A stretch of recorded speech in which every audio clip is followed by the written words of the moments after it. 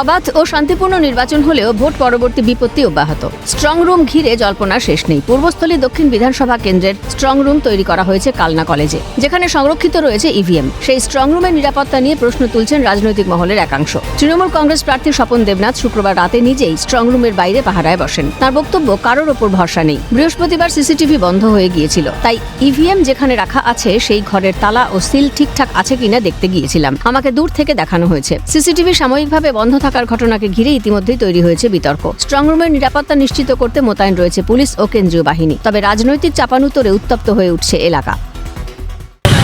আজও সকালবেলা দুবার করেছি, দুপুরবেলা এসেছি, বিকেলে এসেছি, রাত্রে রেখে দিয়ে আবার আংটি মেজিনকে ঠিকঠাক করে এখন আমি এলাম।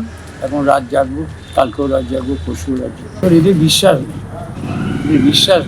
তাই তো আবার সন্ধেবেলায় স্ট্রং রুমে গেছিলাম নিজে, যেখানে তালা মারা আছে সেই তালায় তালা ঠিকমতো সিল করা আছে কিনা সেটা দেখে এলাম। কিন্তু আমি দরজার কাছে পৌঁছতে পারলাম না, যেখানে সেন্ট্রাল ফোর্স দরজা পর্যন্ত আমাকে পৌঁছে দিল, যেটা আমার অধিকার আছে। বিজেপি নেতা গোপাল চট্টোপাধ্যায় বলেন, যেভাবে স্ট্রং রুম পাহারা দেওয়া হচ্ছে, কারোর ক্ষমতা নেই কেউ কিছু করে। এবারে নির্বাচনে মানুষ ভোট দিয়েছে। সকলকে বলবো, এত ভাবার কোনো কারণ নেই।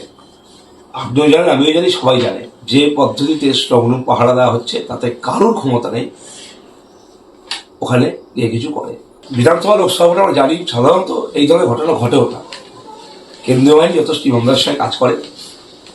এই ভয় পাওয়ার কোনো কারণে মানুষ ভোট দিয়েছে না, মানুষ ভোট দিয়েছে। এবার নির্বাচনে প্রথম পশ্চিমবঙ্গে বহু বছর পর মানুষ ভোট দিয়েছে।